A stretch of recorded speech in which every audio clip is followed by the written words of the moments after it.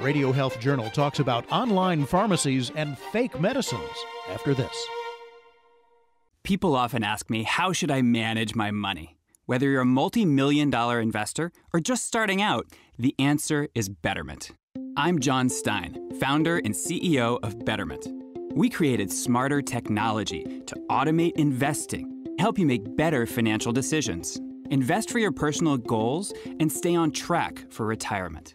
Betterment is the easier way to invest, at a fraction of the cost of traditional investment services.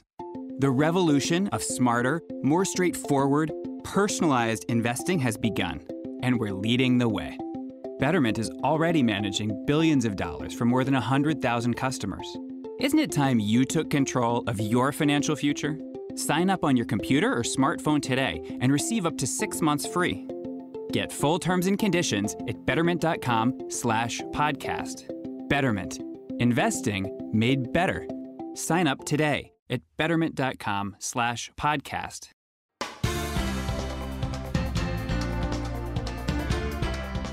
It seems as if almost everyone shops on the internet. Last year, online retail sales in the United States totaled more than $300 billion, according to the U.S. Commerce Department. And every year for the last 5 years, online sales have increased around 15% from the year before. But buying some things on the internet can be extremely risky. For example, if you're shopping for medications online. Our review of websites, which is a daily occurrence and involves over 10,000 websites, shows us that 96% of the websites that are accessible by people on the internet are actually rogue or illegal sites. Carmen Catazone is Executive Director of the National Association of Boards of Pharmacy. We classify the pharmacies we look at as rogue or illegal based upon some very basic but important criteria. One is if they're in violation of federal and state laws, and we look at some of the more significant federal and state laws, which include dispensing drugs without a prescription, using non-FDA approved drugs, or failing to provide information about that site that would help identify that it's a legitimate site and that a pharmacist is actually involved in the site.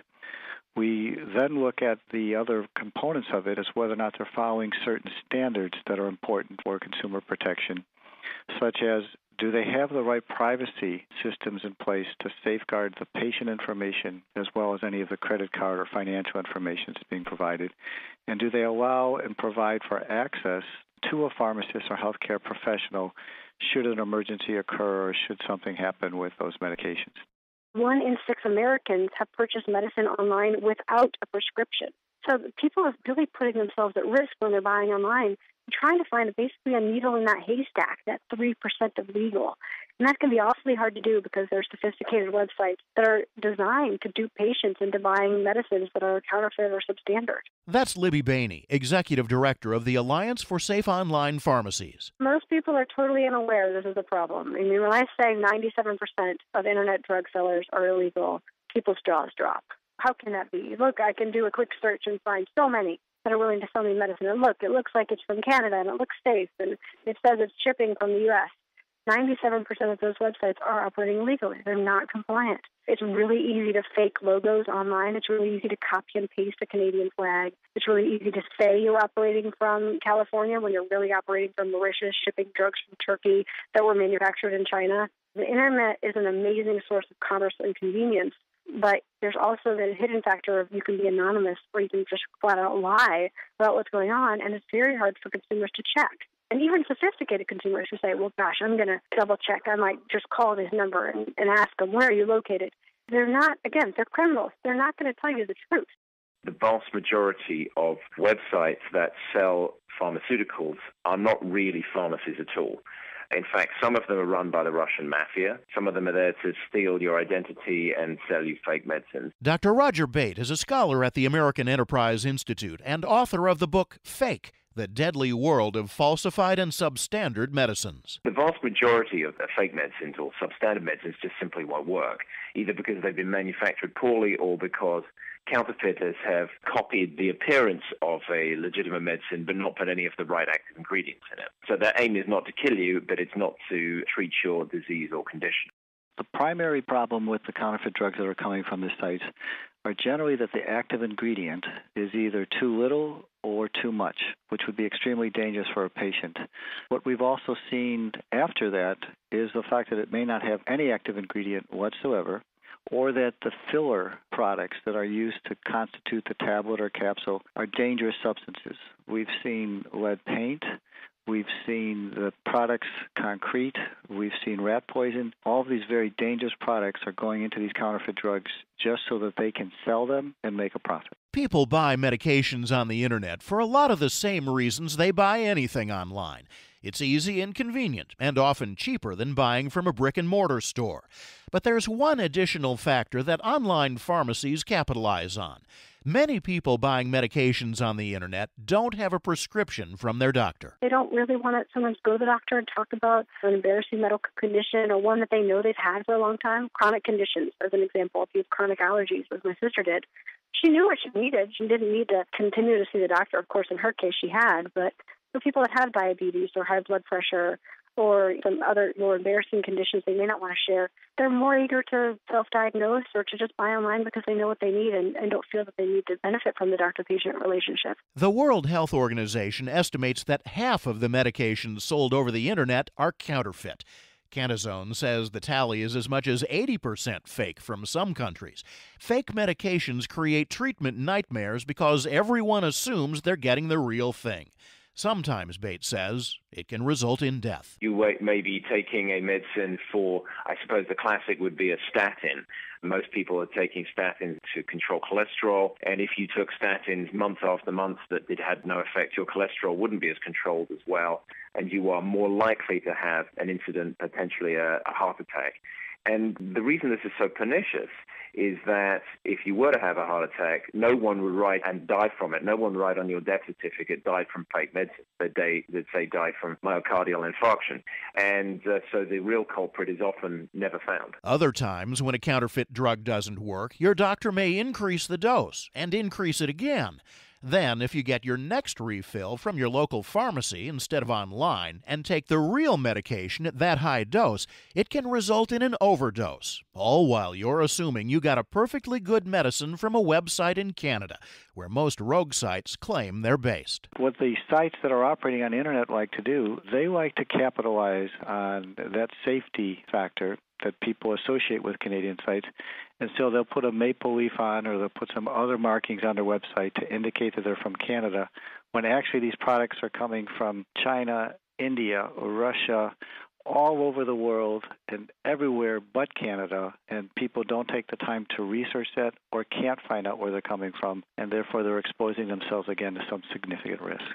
The countries most implicated are Russia, China. China because they produce most of the fake medicines in the world, and Russia because the mafia there has clued into the fact that they can make a lot of money from this and are not likely to get caught, because it's very difficult to even identify the owners of shell companies in other countries, let alone get extradition from somewhere like Russia or China, which you're never going to get to the United States to prosecute them. So when we did our samplings, we bought from a website that was allegedly Canadian. The drugs were sent from China, and the money at our first port of call, we couldn't trace it further than that, was into a Panamanian bank. I mean, that's just one example of the global scale that some of these crime syndicates will operate under. Back in June, Interpol led a global crackdown on online pharmacies, seizing shipments and warning operators to shut down.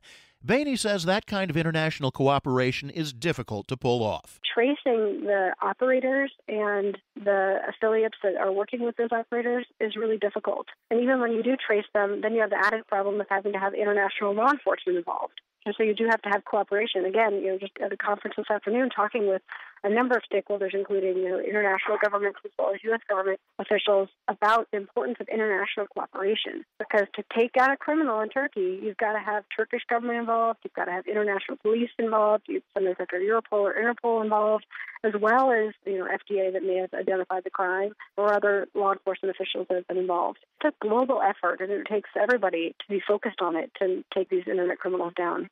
And trying to deal with that outside the U.S. is a primary issue and very difficult to do. The second is The minute we identify a site or identify a web page, they take it down, change that web page, and create a new one, so that it's very difficult to try and track them down and to try and stop them, because they have a number of resources to just keep creating new pages and new sites. But if 97% of those sites are illegal or rogue sites, that means 3% of websites are good. It is possible to reliably get medications on the Internet. But how do you find the proverbial needle in a haystack?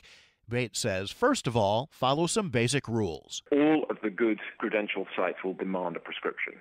So it is a very good telltale sign if a website is not asking for a prescription that they are not ones to be bought from. The second thing is you should be able to have a physical address associated with that pharmacy, and you should be able to speak to someone.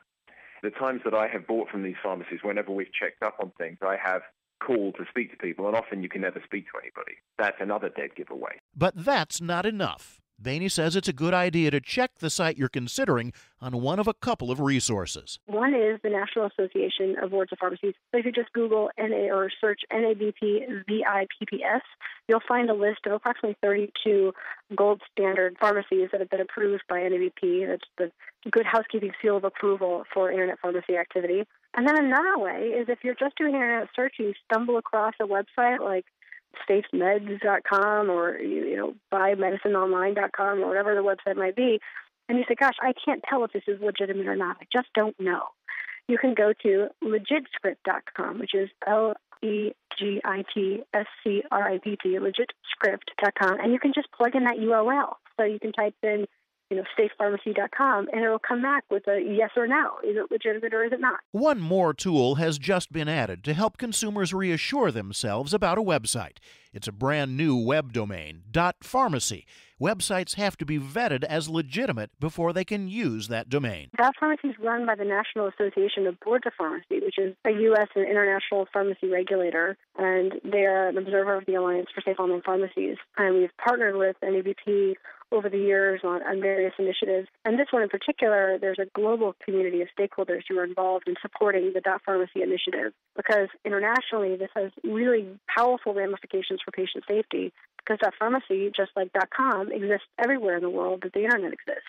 And so patients in Europe and patients in Asia, Latin America, anywhere patients are looking for medicine, they can look for a licensed, legitimate, compliant seller on the .pharmacy domain, which I think is a breakthrough for patients. You can look to the right of the act and buy from a .pharmacy domain. So even though the proportion of illegal websites is high, there are ways to protect yourself. You can find all of those cross-checking websites on our site, radiohealthjournal.net.